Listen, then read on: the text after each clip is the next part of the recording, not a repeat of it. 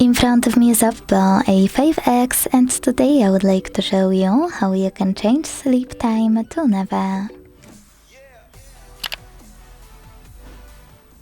Begin by going into Play Store and downloading free app called Caffeine Keep Screen On. When it's ready, launch it. Then hit OK in Welcome pop-up and go into Tab menu.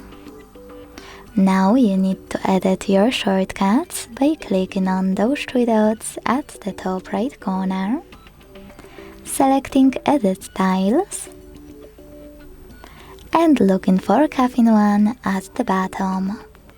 When you find it, click on the green button to add it, then hold it and place it wherever you want to. Let go and go back thanks to this arrow at the top left corner. Now click on your new tile, and as you can see, mine turned blue. That means that infinite sleep time is now enabled. To disable it, click on the same tile until it's white. Thanks so much for watching. If you enjoyed this video, leave a like, comment and subscribe. Bye!